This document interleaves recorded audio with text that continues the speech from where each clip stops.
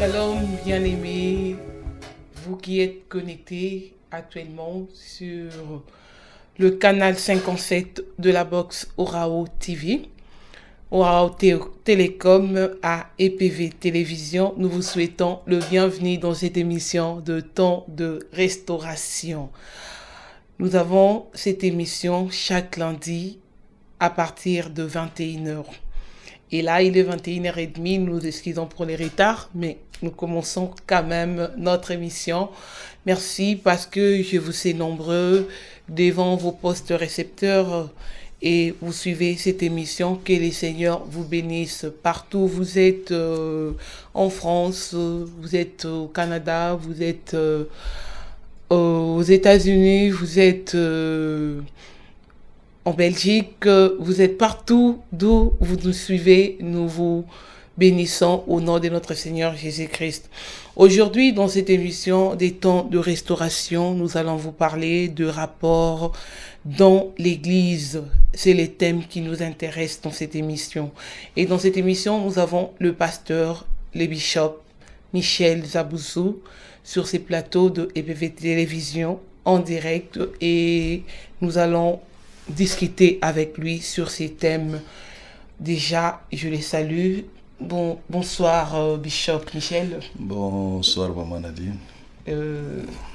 Soyez le bienvenu dans cette émission des temps de restauration. Merci beaucoup. Que nous allons faire ensemble avec vous. Dieu nous aidera. Dieu nous aidera à ce que par ces temps de la restauration, qui est l'intitulé même de cette émission, que le peuple de Dieu puisse atteindre la totale restauration que Dieu attend de nous. D'accord.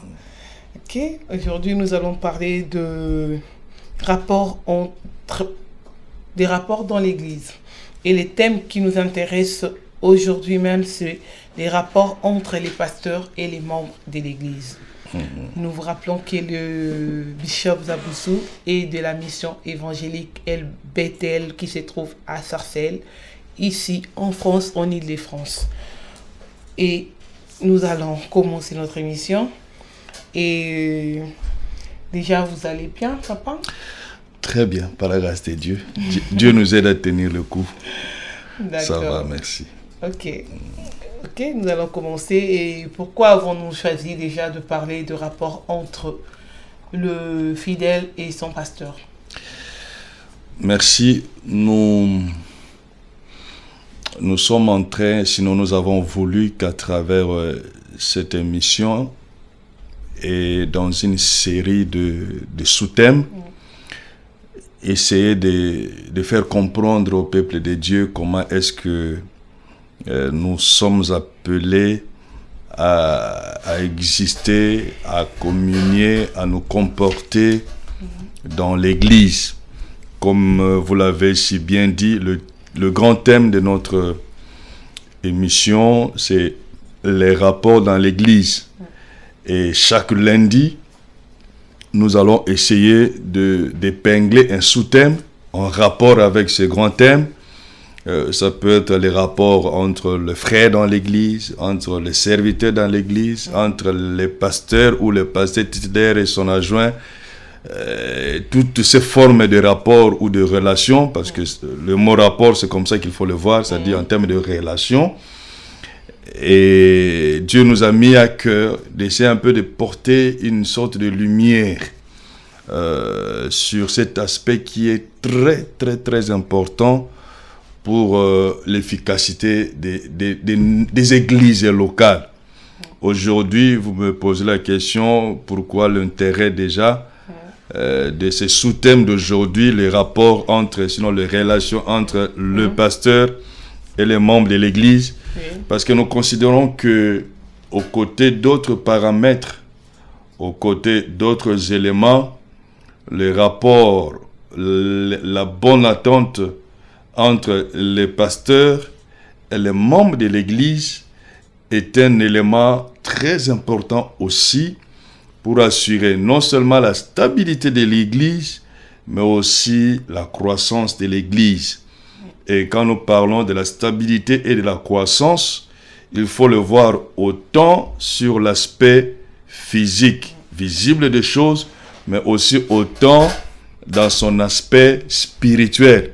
La stabilité, elle peut aussi être matérielle, visible, mais elle peut aussi être spirituelle, autant la croissance. Donc c'est pourquoi nous avons voulu commencer cette série de discussions sur les rapports dans l'Église par ces thèmes importants, ces sous-thèmes importants que nous avons intitulés les rapports entre les pasteurs et les membres de l'Église.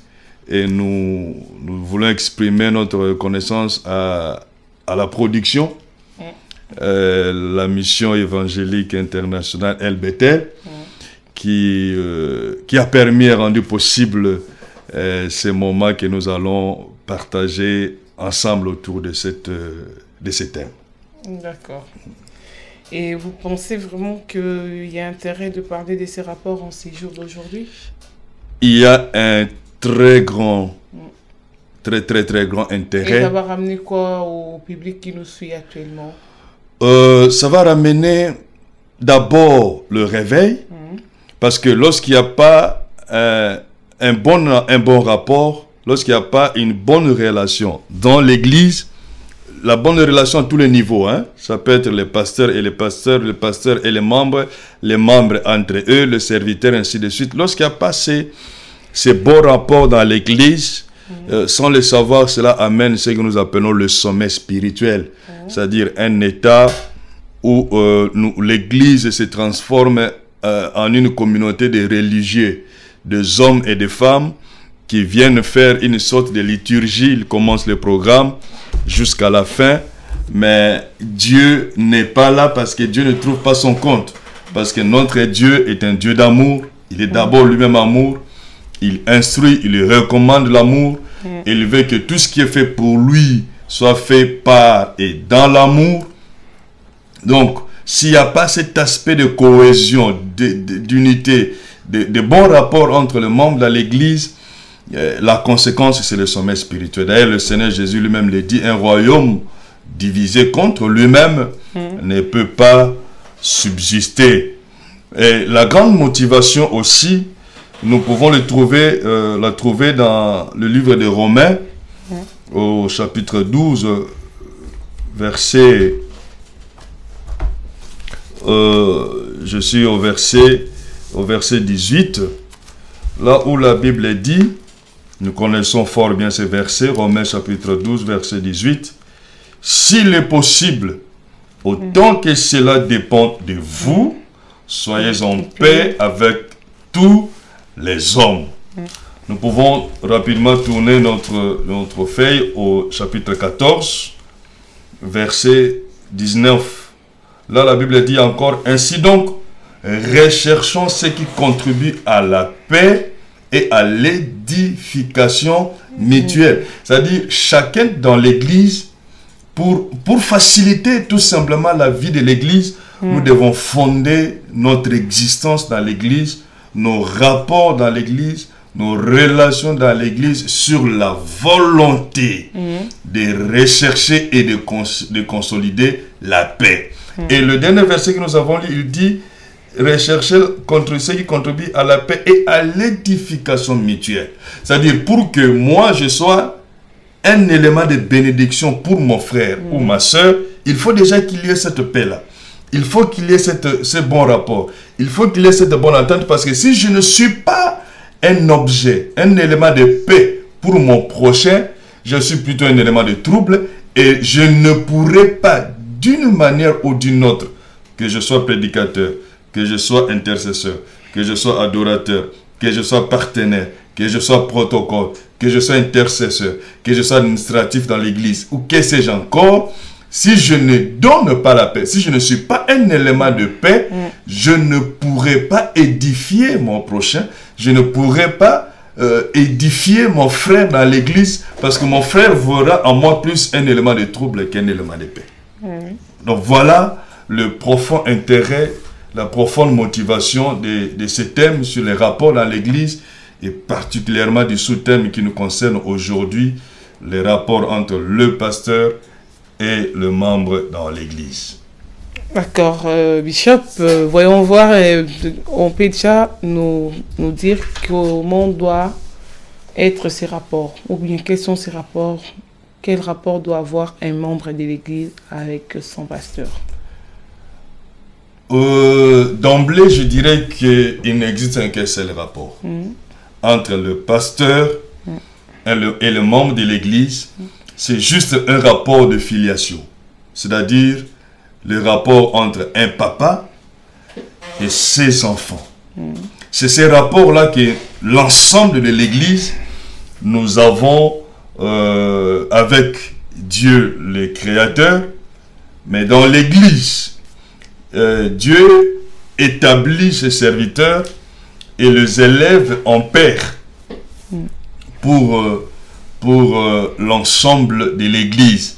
Donc, je dis que dans l'Église, les rapports, la forme de relation qui devait caractériser les pasteurs et les membres de l'Église devrait être un rapport des papas et des enfants, c'est-à-dire la paternité et la filiation.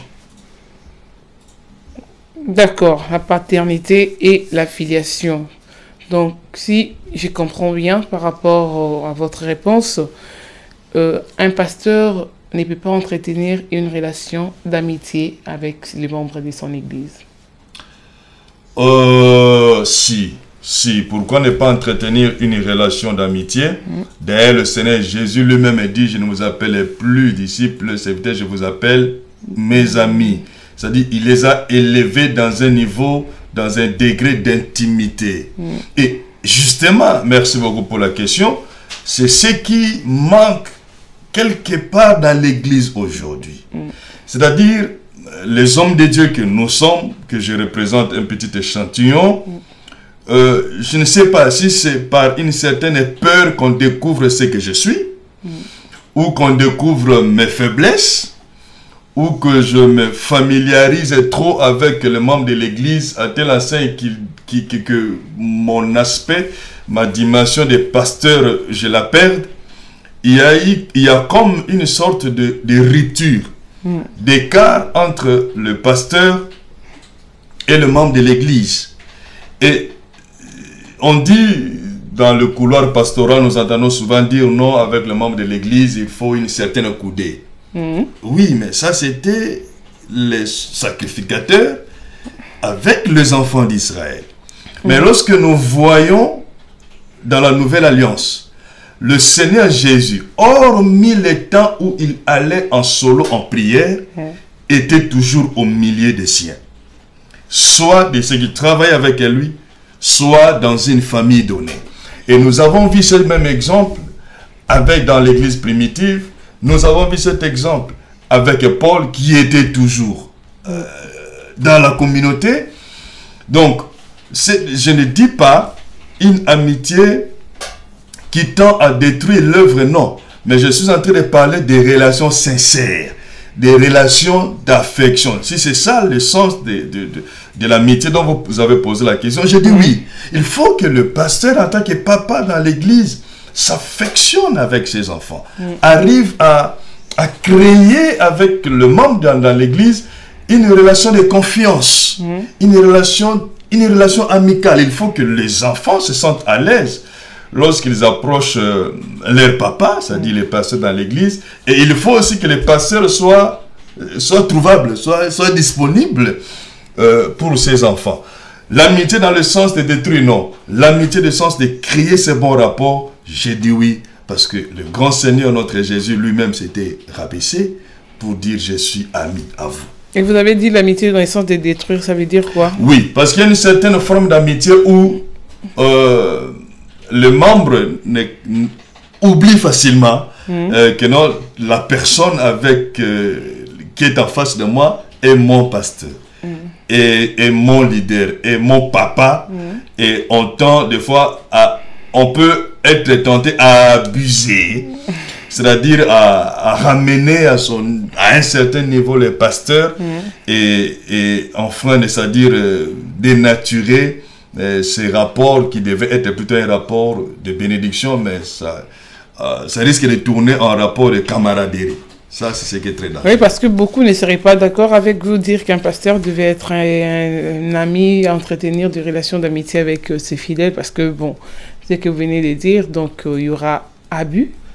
Donc la personne ne va plus reconnaître peut-être l'autorité de son pasteur.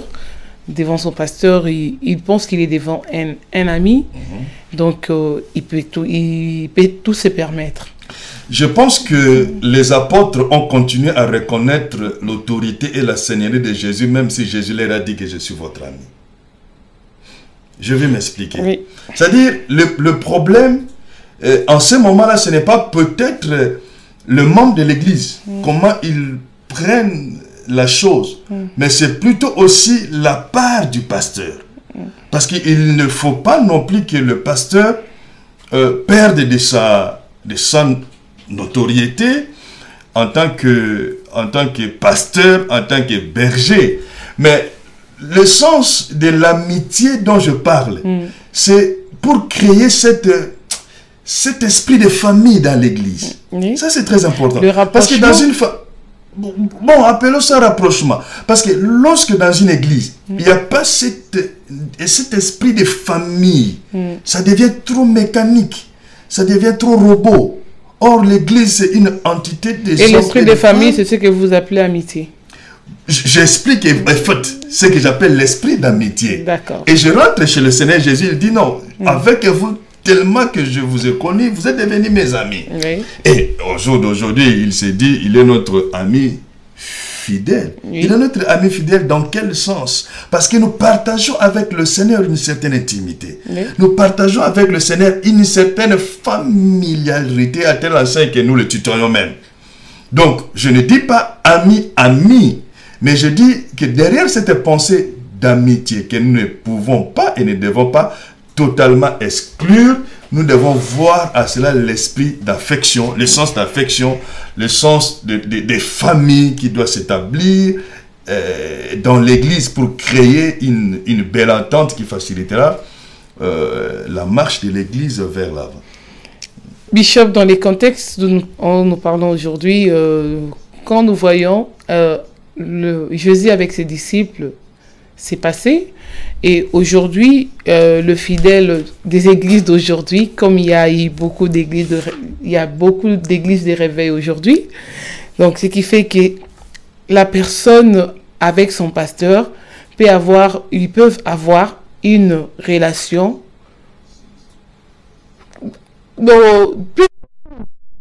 une relation qui va plus loin. Dans ces cas, le pasteur va commencer à choisir des gens à l'église. Cette amitié-là, on ne parle pas de toute l'église, on parle de gens. Aujourd'hui, on voit à l'église, quand quelqu'un est, par exemple, partenaire à l'église, il devient plus ami au pasteur, il rentre dans les décisions de l'église, il se permet de tout faire parce que il est donateur. C'est dans le sens de cette amitié-là que nous voulons dire aujourd'hui là. Parce que quand on rentre vraiment dans l'essence de cette amitié-là, le pasteur aura une certaine faiblesse face aux gens-là, aux donateurs, aux partenaires, aux gens qui font quelque chose, ou bien aux gens qui l'habillent, aux gens qui donnent de l'argent, je ne sais pas. Donc, vous voyez, le pasteur, maintenant, quand les pasteurs doivent commencer à avoir des amis, parce que l'amitié dont Christ parlait, nous pensons que c'est l'amitié d'un père avec ses enfants. Voilà. Oui. Maman Nadine, vous me répondu à la question. Ça dit, ce n'est pas une amitié de tri. C'est-à-dire, je choisis telle maman, tel papa, et je vais être amitié avec lui ou avec elle pour telle ou telle raison. Par rapport au donateur, au partenaire, je vais y arriver. Mais cette amitié, c'est un cœur de père qu'il déploie pour l'ensemble de ses enfants. Et c'est là sans exception. C'est-à-dire, le pasteur a l'obligation d'être papa, d'avoir ces cœurs d'affection, de disponibilité, et pour la personne qui est assise au premier banc, et pour la personne qui est assise au dernier banc derrière. Il ne doit pas choisir. Voilà. C'est cet esprit. C'est-à-dire, quand nous parlons de l'amitié, en répondant à ta question, j'avais juste pris ces mots-là pour bien m'expliquer. C'est-à-dire que le pasteur, ce n'est pas un mystère. Ok? C'est un homme qui existe dans la communauté. Et Dieu a voulu que les choses soient ainsi, que ce soit un homme qu'il s'est choisi pour conduire son peuple. C'est-à-dire, il dispose de son cœur, il donne son cœur, il affectionne la communauté autant qu'il affectionnerait tout le monde. Maintenant, qu'on le veuille ou pas, il y a toujours une personne, 2 personnes, 3 personnes, peut-être un groupe qui sont, entre guillemets, plus proches du pasteur. Mais si ces gens-là le sont par le concours des circonstances, je le dis ainsi, nous disons oui. Mais si le pasteur leur accorde un traitement particulier, parce qu'il donnerait l'argent de la salle, parce qu'il lui payerait le costume, là, ça devient un problème. Là, ça devient un problème. Parce que nous avons vu avec le Seigneur Jésus, il avait à ses côtés les 12, mais parmi les 12, il y avait les 3. Si vous allez chez Paul, vous verrez que Paul avait beaucoup autour de lui.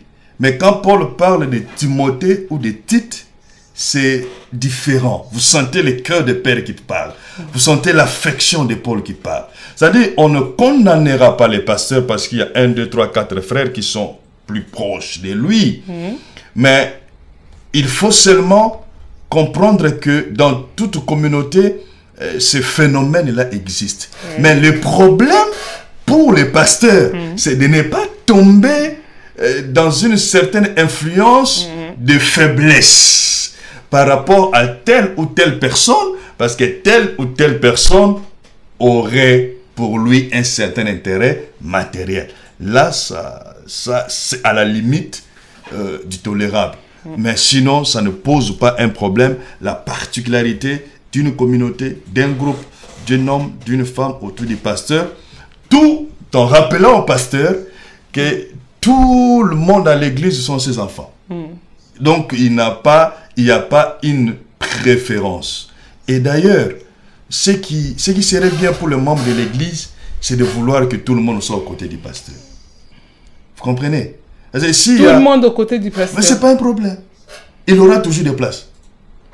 Vous comprenez? Les pasteurs autour de lui, même s'ils viennent sans, il y aura toujours de la place. C'est un problème là. Ce n'est pas un problème, parce que c'est son travail. C'est son travail. Au jour d'aujourd'hui, qu'est-ce qui fait que nous nous dérobons? Nous nous dérobons de fois de cette responsabilité. C'est à cause peut-être de déception. Peut-être à cause d'une personne à qui le pasteur s'était disposé, la personne a déçu. À cause de l'expérience. Ou à cause d'un certain langage qui dit les fidèles, les membres, il faut faire attention parce que. Ces choses-là ont amené les pasteurs à prendre des distances, sinon à avoir un certain recul et réserve par rapport aux membres de l'Église. Mais en réalité, il est là placé pour tous ces gens-là. Oui. Sans exception. Donc, si Dieu veut que vous, pasteurs, vous ayez 100 membres, c'est que Dieu sait que vous avez la capacité de les supporter. Comment il peut faire pour gérer tout ça? Non, mais là maintenant, ce n'est plus lui seulement le pasteur, mais c'est le membre qui doit vouloir être aux côtés du pasteur. Au jour d'aujourd'hui, qu'est-ce que nous remarquons? Petite ou grande communauté, petite ou grande, ces adjectifs-là, nous les nuançons. Par rapport au nombre.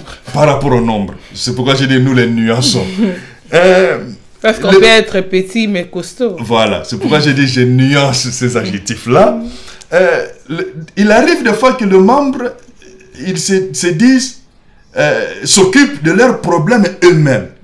Vous savez, si dans l'église, vous vous occupez de votre problème vous-même, vous serez toujours en apparence éloigné du pasteur. Mais la personne qui se confie régulièrement à son pasteur paraîtra aux yeux des autres comme si c'est lui qui est plus proche des pasteurs et que les pasteurs partent avec lui. Or, en réalité, c'est plutôt lui qui se confie plus à son pasteur et que puisqu'il se confie à son pasteur, les pasteurs aussi ont beaucoup de choses à lui dire. C'est ce qui fait que visiblement, il semblerait qu'il soit plus proche du pasteur par rapport à une telle personne. Donc, quand on est 100 dans l'église, moi, Maman Nadine, dans une église de 100 personnes, moi, membre, j'aurai ma place auprès du pasteur. Il suffit tout simplement de comprendre que cet homme-là est une bénédiction pour moi. Cet homme-là a la sagesse de Dieu pour ma situation. Et cet homme-là est la bouche autorisée de Dieu pour mes problèmes. Donc, quand il y a un problème, je vais à lui. Et en allant à lui, vous allez créer avec lui ce que j'appelle la filiation. Même si cette filiation a existé, mais elle prendra une autre ampleur. Mais beaucoup de pasteurs tombent dans des pièges comme ça. Comme quel piège? Ils tombent dans des pièges quand on dit que, quand vous dites que, quand même s'il y a 100 membres et moi j'aurai ma place auprès du pasteur. Mais c'est ça, il y a beaucoup d'infiltrés qui sont venus à l'église. Entre les 100 membres et là, mais ils se sont démarqués et ils ont attiré les regards du pasteur et les pasteurs ont regardé là-bas et ils sont tombés dans les pièges. Mais, Maman a dit, les infiltrés, jusqu'à ce que Jésus revienne, il y en aura. Oui, il y en aura toujours. Vous allez dans une église de 10 membres, il y a des infiltrés. Oui.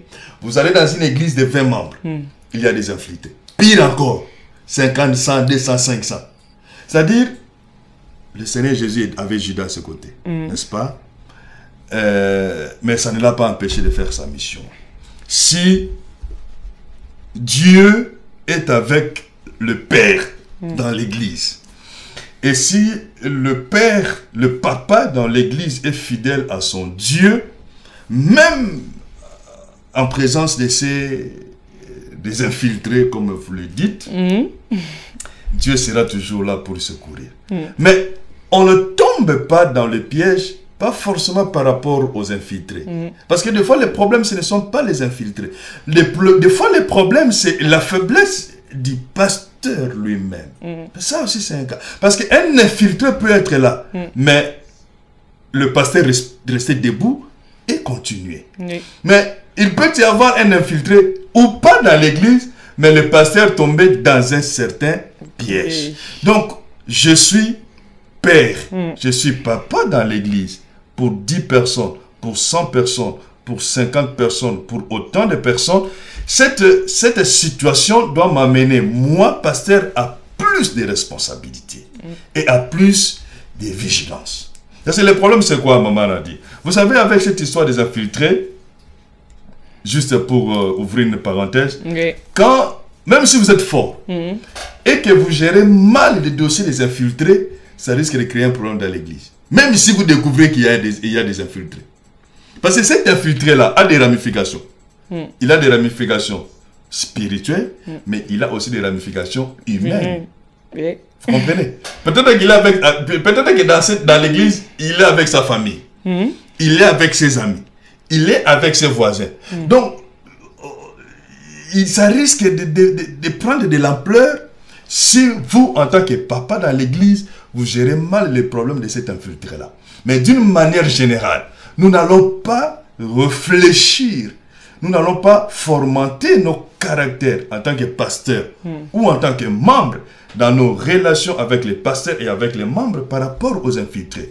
Mais nous devons d'abord voir quelle est la part de Dieu dans ce que moi et tel frère et telle sœur dans l'église nous sommes en train de faire. La part de Dieu dans notre rapport, c'est ce qui doit être important. Et si Dieu nous révèle, ou Dieu veut nous révéler qu'il y a un infiltré, il nous donnera la sagesse de gérer les cas et la situation de cet infiltré-là.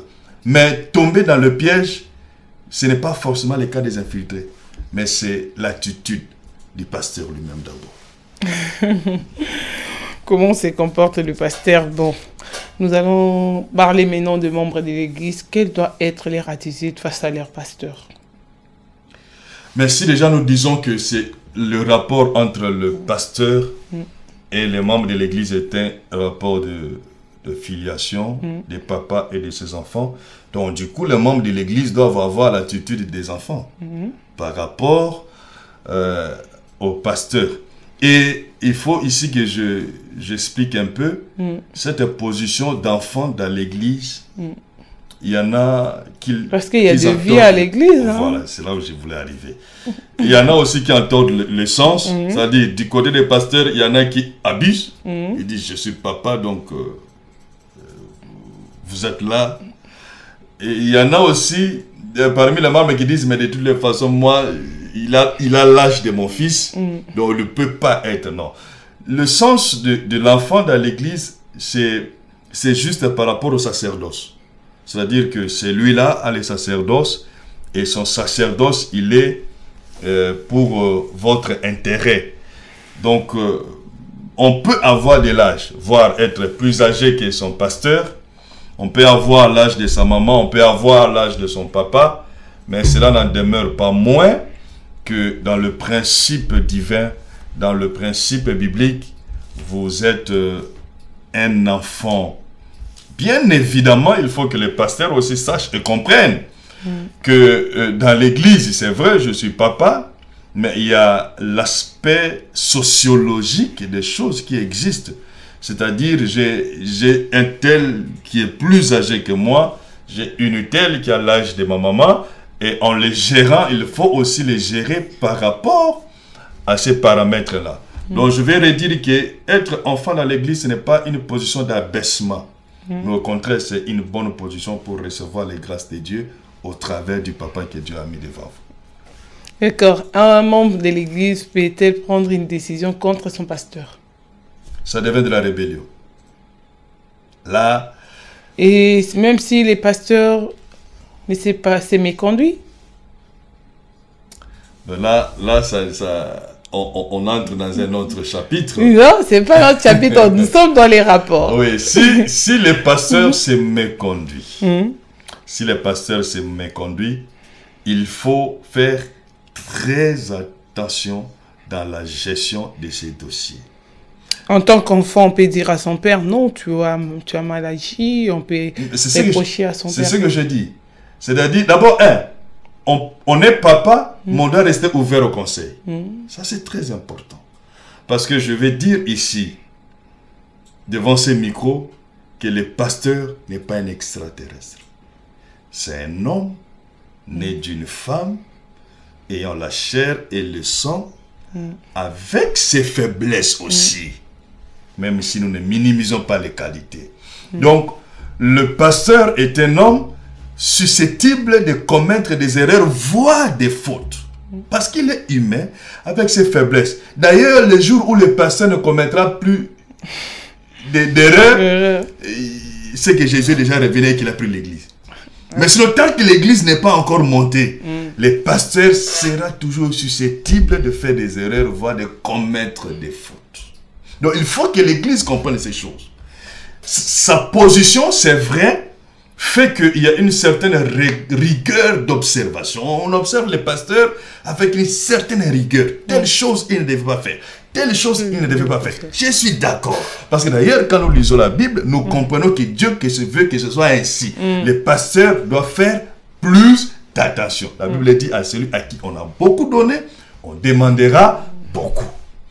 Mais cela n'exclut pas le fait que le pasteur est un humain, avec ses faiblesses. Donc, s'il y a erreur, voire faute, la démarche, vous savez, Maman Nadine, même dans nos maisons, la façon dont on aimerait corriger papa, ce n'est pas la même façon dont on corrigerait son grand frère ou son petit frère. Il y a cet aspect-là. Donc, le problème, la faute, la faiblesse du pasteur doit être gérée avec sagesse, s'il faut que je donne un petit conseil ici, je dirais que sûrement dans l'église, il y a un staff, il y a un comité, il y a des aînés qui peuvent bien gérer la chose. Mais ça devient un problème. C'est pas la coutume, ça? Non, c'est pas la coutume. On en a toujours besoin. La Bible dit, si vous avez un problème avec un frère, allez lui parler. S'il ne vous écoute pas, prenez avec vous un témoin, ainsi de suite. Donc, c'est une démarche biblique. Mais quand c'est fait par le comité, quand c'est fait par soit si un pasteur assistant, si ça le fait avec, par un homme, une maman ou un papa, qui a une certaine notoriété dans l'église, ça passe bien. Mais quand le pasteur a commis une faute ou a fait une erreur et que tout le monde voudrait se saisir du dossier parce que tout le monde a trouvé l'occasion de savonner le pasteur, là on ne soutient pas l'église, on est en train d'une manière ou d'une autre de détruire l'église. Il est pasteur, il est papa. Son problème, même si vous le traitez ou pas, mais Dieu s'en occupera d'une manière ou d'une autre. Mais il faut le gérer avec, en respectant les pasteurs. Parce que, voyez-vous, Maman Nadine, cette personne-là... Parce qu'on dit que si le pasteur fait quelque chose, il ne se comporte pas bien, bon, c'est qu'il n'est pas pasteur, il n'est pas digne même d'être appelé pasteur. Hein. Non, c'est pas ça. C'est pas ça la question, c'est pas ça le problème. Le fait de se méconduire n'enlève pas l'appel. Hein? Le fait que le pasteur s'est méconduit, ce n'est pas ça qui efface à ce moment-là l'appel de Dieu pour lui. Vous avez l'appel, mais vous n'avez plus l'esprit de Dieu. Non. L'appel est resté. Non, mais maman Nadine, je ne sais pas de quelle méconduite vous voulez parler. En termes général, hein, oui, mais la Bible pour les pasteurs, il n'y a pas les petits, il n'y a pas les grands, hein, tous ces grands. La Bible dit ceci. Parce que c'est un homme public quand même. La Bible dit ceci, merci. Nous penchons tous d'une manière ou d'une autre. Chaque fois que nous bronchons et que nous n'avons pas conscience de la situation pour retourner vite auprès du Seigneur, le Saint-Esprit s'attriste. Vous comprenez? Cette vérité vaut autant pour le membre de l'Église que pour le pasteur. Donc, comme moi, pasteur, je me méconduis, je dois vite faire retourner en repentance, demander pardon auprès de Dieu et recommencer, reprendre la route. Mais si la faute est très grande, pour affecter la foi, pour affecter même l'image ou la vie de l'Église, c'est là où j'ai dit qu'il faut une certaine tact, une certaine manière pour traiter les problèmes. Parce que n'oubliez pas, quelle que soit la faute du pasteur, il demeure un appelé de Dieu. Il demeure un envoyé de Dieu. Bon, si du moins il a été vraiment appelé. Parce que ça aussi c'est un autre paire de manches. Et que cette personne-là, la Bible dit 7 fois le juste tombe. 7 fois Dieu le relève. Mais lorsque Dieu va le relever, il va rester votre papa. Et c'est lui qui va réouvrir la Bible pour vous prêcher. Donc quand vous gérez sa situation, il faut faire très attention à ne pas dénaturer ce qu'il est, à ne pas le dépouiller de ce qui fait sa force quand il ouvre la Bible, même s'il aurait commis une petite bavure ou une grande bavure. Mais vous avez dit pour les pasteurs, il n'y en a pas de petites. Bon, je vous les consente. Même s'il a commis une bavure. Il n'y en a pas de petits. Hein? Même s'il a commis une bavure. Mais n'oubliez pas que c'est un appelé de Dieu. Il est votre papa, le canal de Dieu pour vous, avec vous. Donc traitez-le avec tact. S'il faut qu'il s'assied un moment sans prêcher, ce n'est pas un problème. Mais cela ne lui ôte pas sa qualité de pasteur. C'est ne lui ôte pas la qualité de pasteur. Mais le problème dans l'église d'aujourd'hui, Maman a dit, c'est que quand le pasteur commet une faute, c'est l'occasion pour tout le monde de savonner les pasteurs. Et de partir. De l'engloutir. Et de partir au final. Non, ça ne devrait pas être comme ça. Ça ne devrait pas être comme ça. Je pense que on devrait plutôt avoir pitié. Je vais vous donner une histoire. Vous connaissez Jimmy Swaggart, notre frère américain évangéliste. Dans les années 90, Jimmy Swaggart est tombé dans un piège. Mais qu'est-ce qui s'est passé? Lorsque il a pris le temps de rechercher la face de Dieu et qu'il a repris publiquement ses activités, le premier témoignage que le frère Jimmy Swaggart a dit, c'est quoi? Il a dit, en reconnaissant sa faute, il dit, quand je suis tombé dans cette faute, ma souffrance, ce n'était pas d'être tombé. Mais ma souffrance a été de voir comment j'ai été traité par les chrétiens. Pas par les païens, par les chrétiens. Oui. C'est-à-dire en commençant par son église. Et les jugements. Et l'église des États-Unis. C'est ce qu'il est en train de dire. Je suis tombé, un personnage public. Dans les années 90, imaginez Jimmy. Il tombe. Mais l'église a été le premier à la foncer davantage dans les problèmes. Et il dit, mais au moins, je reconnais le soutien des frères catholiques. Mais c'était par rapport à la confiance que les gens lui ont donnée. Non, mais cette confiance-là, ça ne doit pas partir parce que le frère est tombé dans un piège. Bon, vous avez les preuves que c'était un piège? Non, quand je dis un piège, c'est-à-dire toutes les fois que nous méconduisons, oui. C'est une façon de parler, nous sommes tombés dans un piège. Ah, oui. D'une manière ou d'une autre. C'est juste une façon de parler. Mais la confiance ne devait pas se dissiper en un seul coup parce que le frère se serait méconduit. Fut-il Jimmy? Fut-il pasteur? Non. C'est-à-dire il faut que dans ces moments-là, et dans des pareils moments, que la dose de la compassion augmente. Que la compassion, mais aussi la compassion augmente, le soutien augmente et la prière augmente. Au-delà de toutes les choses, de chercher à savoir qu'est-ce qui s'est passé. Les chrétiens sont très sensibles. Mais ça ne devait pas être comme ça. Ça ne devait pas être comme ça parce que la Bible ne nous a pas appelé. Là, vous nous demandez de contrôler les émotions. C'est très important. Oui. Parce qu'il faut contrôler les émotions. Parce que si vous ne contrôlez pas les émotions, vous allez passer votre vie à juger les gens. Or, la Bible dit ne juger, point. Que ce soit les pasteurs dans ses faiblesses, que ce soit aussi les membres dans ses faiblesses. Mais on dit toujours ça quand ça vous arrange. Hein.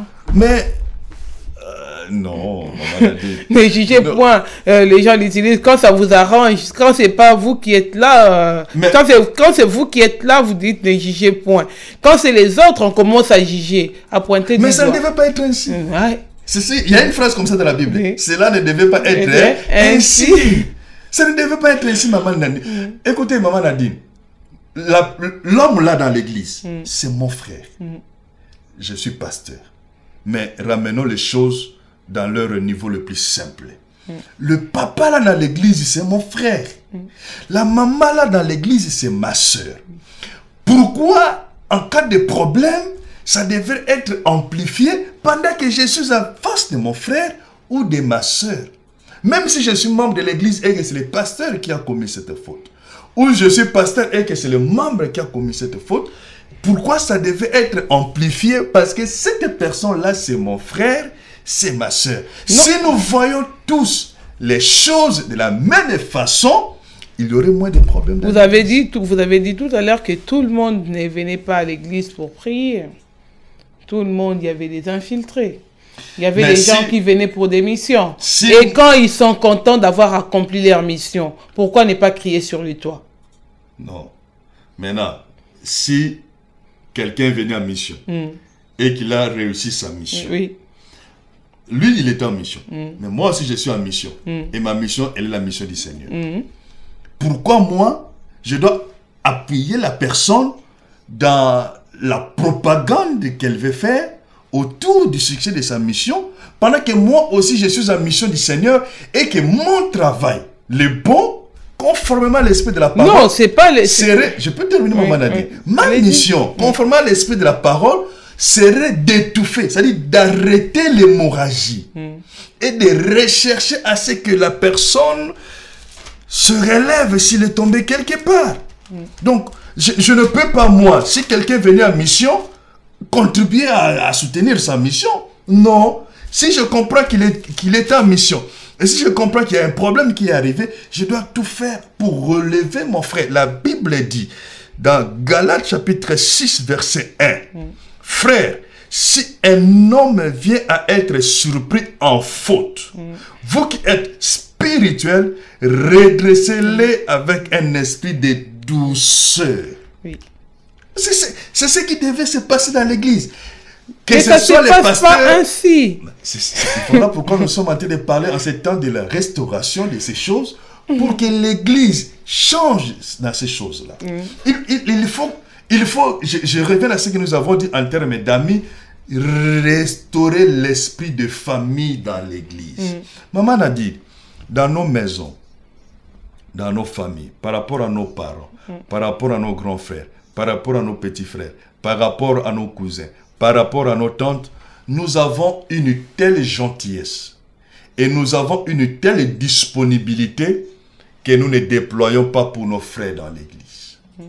Au contraire, dans l'église, par expérience, nous passons plus de temps à nous juger, à nous observer, à mettre les gens comme sur une sorte d'observateur pour voir comment il va finir dans cette voie-là. Mais non. Mais pourtant, la parole dit, Jésus dit ceci, qui est mon frère, qui est ma mère, si ce n'est celui qui fait la volonté de mon Père.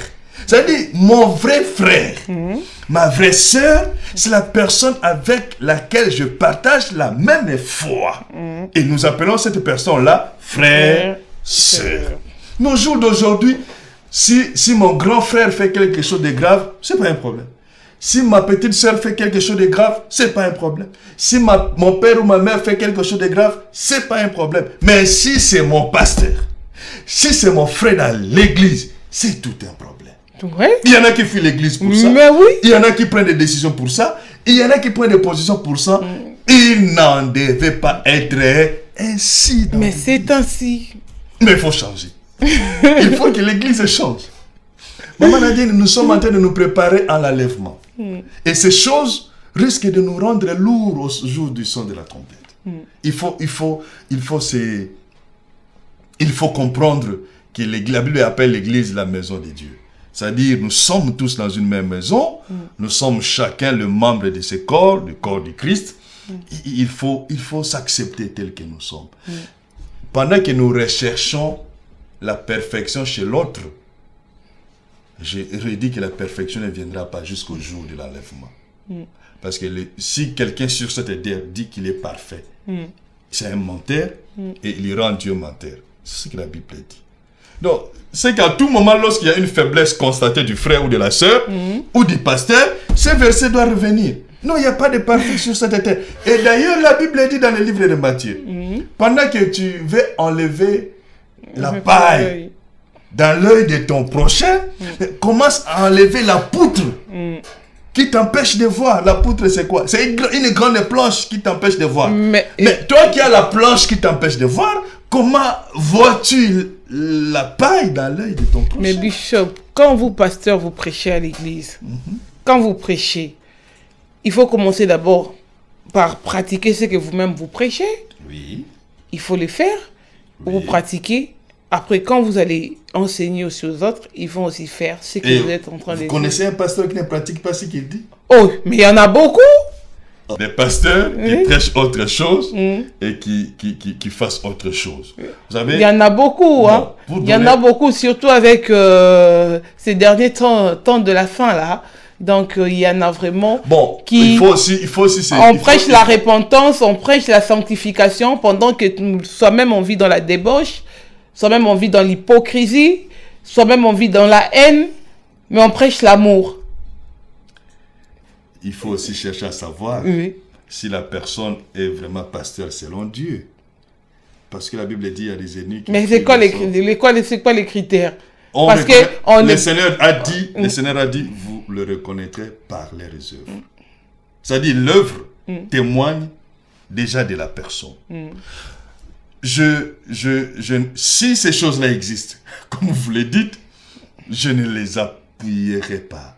Parce que nous sommes appelés à être les imitateurs de Christ, nous les pasteurs, pour aider l'Église à devenir imitatrice du Seigneur.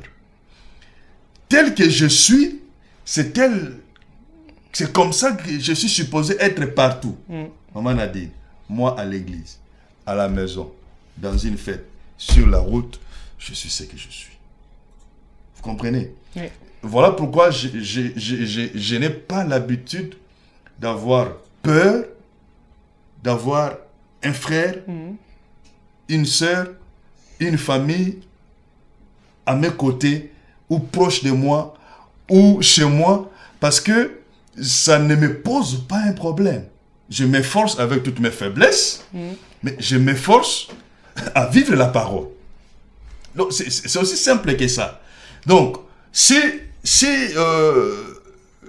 vous avez l'art d'expliquer la parole sans pour autant la vivre, là, ça pose un problème. Et déjà, puisque la Bible dit, on ne donne que ce que l'on a, donc il y aura difficile pour ces gens-là aussi de changer. Puisque là, la parole va apparaître comme une légende. Elle va apparaître comme un roman, elle va apparaître comme une biographie, autobiographie, et finalement, ça n'aura pas d'impact. Non, nous sommes supposés, nous en tant que papa dans les églises locales, avoir un comportement qui reflète ce que nous disons, et en même temps, aider le peuple. Parce que vous savez, il y a ce que moi j'appelle la confrontation. À tout moment, les pasteurs, vous êtes confrontés à vos membres. Hein? Et sans le savoir, ils apprécient comment il réfléchit, comment il parle, comment il réagit aux problèmes, comment il est face à l'argent, comment il réagit face aux biens matériels, aux habits, à la voiture, comment il réagit lorsque la souffrance arrive. Toutes ces choses-là, les membres de l'Église sont continuellement aux aguets pour voir, pour observer comment il réagit ou bien comment il va réagir. C'est un peu l'histoire d'un pasteur, je ne sais pas si c'est vrai ou c'est faux, mais ça circule comme ça. Un pasteur qui était parti exhorter un couple de l'Église donc qui venait de perdre leurs parents ou leurs enfants. Il leur a donné tous les versets de la Bible, il leur a donné toutes les exhortations. Ok, quelques jours, quelques instants après, c'était le pasteur qui venait de perdre, je ne sais pas, un de ses parents ou un de ses enfants. Mais c'était tout un problème pour qu'il soit exhorté. Donc, non, ne donnons pas. Commençons d'abord par nous donner et aller donner. Parce que quand moi, pasteur, je prépare la prédication, je suppose qu'il en est ainsi pour tous les prédicateurs, on se sent déjà concerné par ce qu'on prêche. C'est-à-dire, rien que les stylos quand vous écrivez, ou le verset quand vous lisez, vous méditez, vous vous retrouvez dans ces choses-là. Et le changement commence déjà à ce moment-là. Si, à la confrontation de cette parole, vous sentez que non, il y a quelque chose. Il y a déjà ce travail de changement en vous avant d'apporter le travail de changement aux autres. Et quand on fait ce travail-là continuellement, on arrive à cette maturité qui est indispensable pour ne pas tomber sous les pièges de dire autre chose et de faire autre chose comme nos frères de l'autre côté. Écoutez ce que je dis, mais ne suivez pas ce que je fais. D'accord. Ok, nous parlons de rapport entre le pasteur et les membres de l'Église dans cette émission et nous arrivons pratiquement à la fin de cette émission. Il nous reste 5 minutes pour conclure cette émission.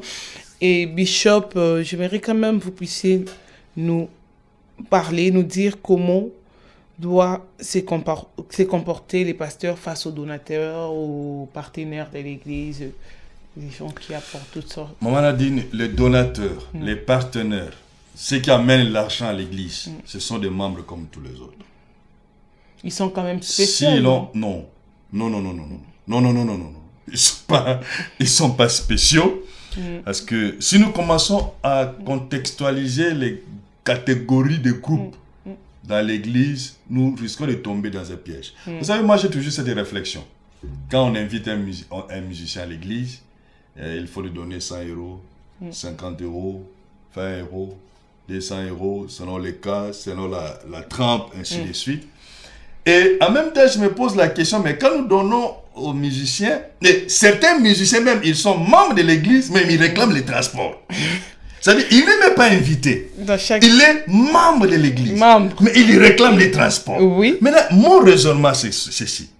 Et si nous devons donner aux musiciens les transports, mais pourquoi ne pas donner aussi aux modérateurs? Pourquoi ne pas donner aussi au protocole qui a passé 2 heures du temps, 3 heures du temps debout derrière là-bas, en train d'arranger, de travailler pour assurer la discipline dans les cultes? Pourquoi ne pas aussi donner à la secrétaire ou au secrétaire de l'église parce qu'il a fait un travail? Et ainsi de suite. Finalement, nous risquons d'avoir une église remplie de professionnels financiers. C'est-à-dire donner l'argent au protocole, donner l'argent à l'intercesseur parce qu'il a prié pour les cultes, donner l'argent au modérateur parce qu'il a crié, donner l'argent au musicien parce qu'il a chanté ou joué. Non. Ça, je n'aime pas. pour moi, et les musiciens, et les protocoles, et l'interprète, et les modérateurs, et puisque tu parles des partenaires, ce sont des hommes et des femmes qui font le travail de Dieu. Mais chacun dans sa particularité. Le Seigneur dit, nous constituons le membre, mais chacun a sa particularité. Si ma particularité, c'est d'être partenaire, je dis gloire à Dieu. Mais il ne faut pas que je sois partenaire pour venir prendre les dessus sur le pasteur et sur l'église. C'est-à-dire prendre le pasteur et l'église en piège. C'est-à-dire, s'ils ne font pas ça, je ne donnerai pas. Non, mieux vaut donner votre argent, parce que si vous donnez même 1 million en ayant cette attitude, ça ne vous rapportera pas la bénédiction promise. Et les pasteurs aussi doivent savoir que et les donateurs, et les protocoles, et les intercesseurs, et les musiciens, et tous les serviteurs dans l'église, ces blocs de staff-là, ce sont tous des serviteurs. Il appartient maintenant à chacun de travailler pour entretenir sa relation, son rapport avec son pasteur. Mais ce n'est pas au pasteur de faire la différence parce qu'il donne l'argent. Lui, il donne souvent 600 € par mois. Donc, lui, il est ici. C'est lui qui donne 50 €. Il est là. Non, là, nous sommes à la limite aussi du péché. Si tout le monde pouvait penser ainsi, on aurait une église glorieuse. Mais c'est l'objectif. C'est l'objectif de cette émission, temps de la restauration, parce que nous devons arriver à nous restaurer et à restaurer l'œuvre de Dieu, à restaurer la pensée dont nous pensons de l'œuvre de Dieu et dans l'œuvre de Dieu, à restaurer la pensée, la façon dont nous travaillons dans l'œuvre de Dieu. Ça, c'est très, très, très important. Nous ne devons pas continuer à servir Dieu comme des religieux, comme des pharisiens, où l'extérieur est bien embelli, mais l'intérieur, nous ne faisons pas un effort pour l'embellir. Et l'intérieur, c'est d'abord spirituel. C'est d'abord, on peut avoir une jolie salle, on peut avoir tous les matériels, on peut avoir une bonne décoration, mais si ça ne part pas avec le spirituel, ça pose un problème. D'accord, Bishop Michel Zaoussou. Vraiment, c'était un bon débat, mais bon, on va continuer prochainement.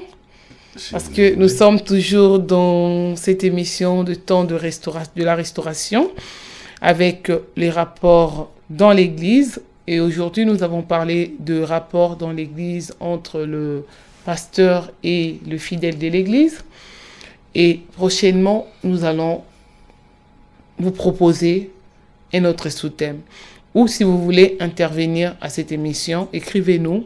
Ou si vous avez une pensée par rapport à ce que nous avons dit sur ces plateaux, écrivez-nous sur notre télévision et nous allons vous répondre. Si vous avez des questions, des suggestions par rapport à cette émission, par rapport à l'heure des diffusions, appelez-nous et nous allons nous arranger pour vous. Et Bishop Michel, nous sommes arrivés à la fin de cette émission. Je vous donne le mot de la fin. Merci. Mon mot de la fin sera juste appeler l'Église de Jésus à revoir ses façons, à revoir ses manières et à revoir son rapport avec les dons. Parce que les ministres de Dieu, les apôtres, prophètes, les évangélistes, les pasteurs, les docteurs, ce sont des dons du Christ pour son Église. Ils sont précieux, ils sont très importants. Et malheureusement, au jour d'aujourd'hui, nous minimisons leur portée. Nous minimisons leur position. Nous minimisons leur rang. Nous minimisons même leur apport. Les pasteurs est apprécié seulement s'il a prié et que la guérison est arrivée. Mais le pasteur, dans son ensemble, il est ignoré, il est oublié. C'est vrai qu'en 1 heure du temps, je me rends compte qu'il nous était difficile de tout exploiter, de tout dire. Il y a beaucoup de choses. Mais si seulement l'Église devait comprendre que son pasteur que Dieu a mis devant lui est une bénédiction. Parce qu'un don, c'est une bénédiction. Et Dieu veut que la chose soit ainsi.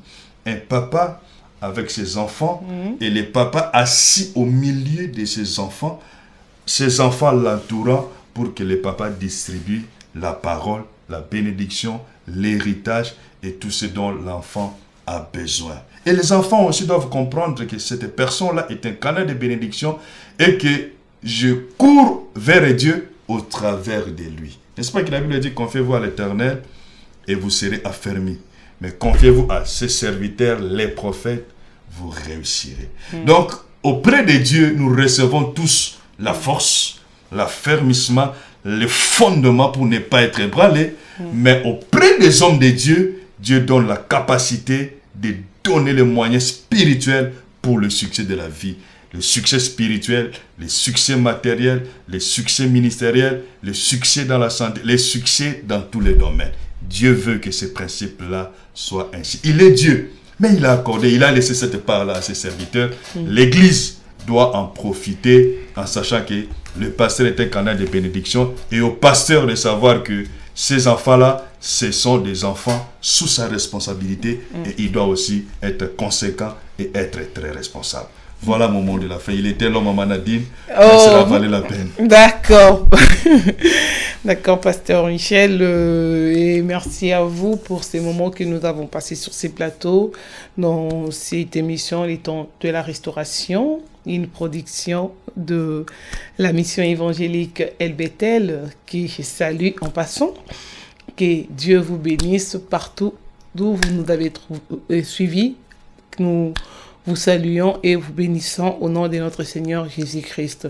Et merci à vous également qui nous avez suivis à travers les mondes, au Canada, en Afrique du Sud, au Maroc, au Congo et partout. Vraiment, que les Seigneurs se souviennent de vous. Nous allons continuer notre programme sur EPV Télévision. L'émission d'aujourd'hui sur les rapports entre l'Église, entre le pasteur et son fidèle est terminée. C'est par là que nous mettons un terme à cette émission. Et nous vous promettons des bonnes choses sur EPV Télévision. Et juste après, vous allez suivre les films Abraham, film de la jeunesse, donc vous n'allez pas vous ennuyer après. Restez branchés sur les canaux 57 de la box Orao Télécom qui représente votre chaîne de télévision. Et merci à vous pour votre collaboration. Merci à vous pour vos soutiens. Merci à vous et toujours nous continuons à vous rappeler que les box Orao ne sont pas encore disponibles sur notre plateau et sur notre chaîne et nous allons vous communiquer dès que cela sera possible pour l'acheter à 100 € et puis pour un abonnement mensuel de 10 €,